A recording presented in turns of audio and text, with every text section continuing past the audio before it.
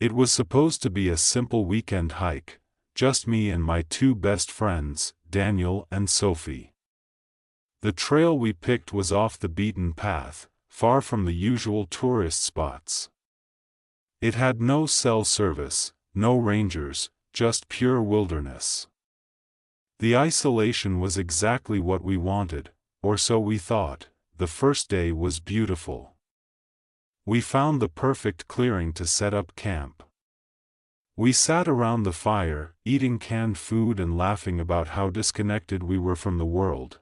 Then, just before we turned in for the night, we heard it, a distant, steady beeping sound.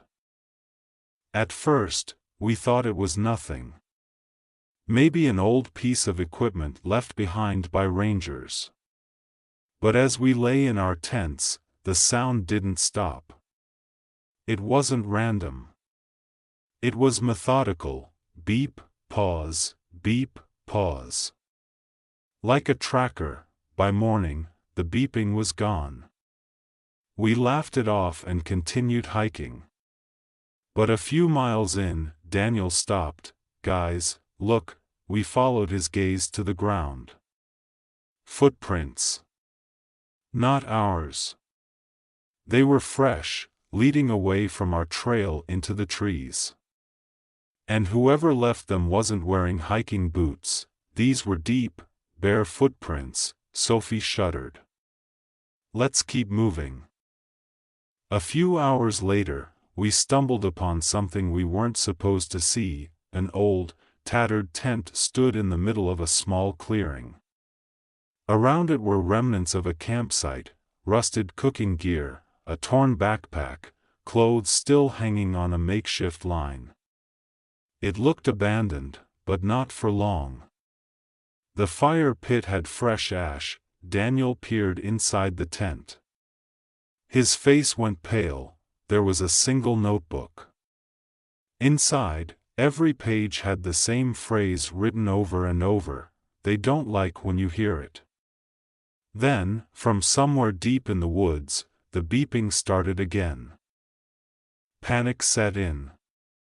We turned back, trying to retrace our steps. But as the sun started setting, we realized something was wrong. The path we had taken no longer looked familiar.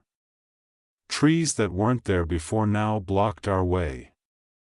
Sophie was breathing fast, her hands shaking. "We should have never come here." Then Daniel gasped.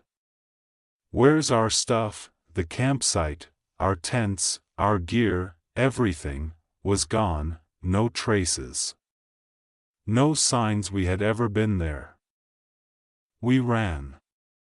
We didn't know where we were going, only that we had to get away. The beeping followed, closer now, faster. It wasn't coming from one place anymore, it was surrounding us, and then, just as suddenly as it started, it stopped. Silence. We found the road at dawn. A ranger spotted us and took us back to the station. We told him what had happened, but he just shook his head. "You're not the first. That trail's been closed for years. Every few months, someone ignores the warnings. And not all of them come back." We never spoke of it again. But sometimes, late at night, I swear I can still hear that beeping. Lena had always been an avid adventurer, seeking solace in the embrace of nature. When she heard about the secluded trails of the silent forest, she couldn't resist the allure of exploring its untouched beauty. Legends whispered of its serene landscapes and the profound quiet that enveloped it, making it a haven for those seeking peace. One crisp autumn morning, Lena packed her essentials and set out for a solo camping trip into the heart of the silent forest. The journey was as picturesque as she'd imagined: towering trees with golden leaves, a gentle breeze carrying the scent of earth, and the soft crunch of foliage underfoot. As dusk approached, Lena found a clearing beside a tranquil stream and decided to set up camp.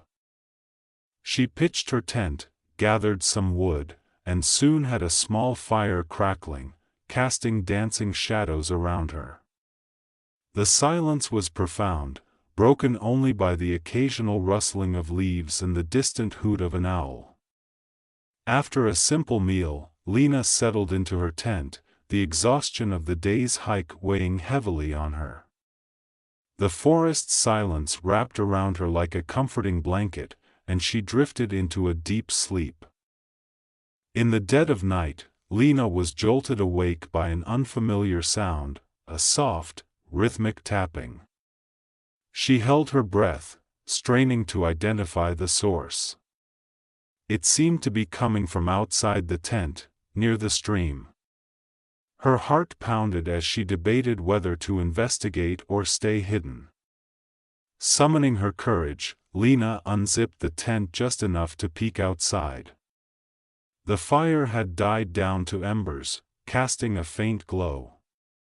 She could make out the silhouette of a figure crouched by the water, seemingly washing something. The rhythmic tapping continued, stone against stone. "Hello?" Lena called out, her voice trembling. The figure froze. Slowly, it turned its head towards her, though its features remained obscured by darkness. Without a word, it stood up and backed away into the forest, disappearing into the shadows. Lena's mind raced. Who was that? A fellow camper? But she hadn't seen any signs of others nearby. Sleep was now impossible. She sat by the dying fire, clutching her flashlight, every nerve on edge. As dawn broke, Lena decided to pack up and leave the silent forest behind. The beauty of the place had been overshadowed by the night's eerie encounter. As she dismantled her tent, she noticed something by the stream, a small pile of stones stacked neatly, with a single, freshly plucked flower resting atop. A chill ran down her spine. Perhaps the silent forest had its own guardians, and she had been an uninvited guest. Without looking back, Lena hoisted her backpack and made her way out, the weight of the unseen watching her every step. Sometimes, the most profound silences hide the deepest mysteries.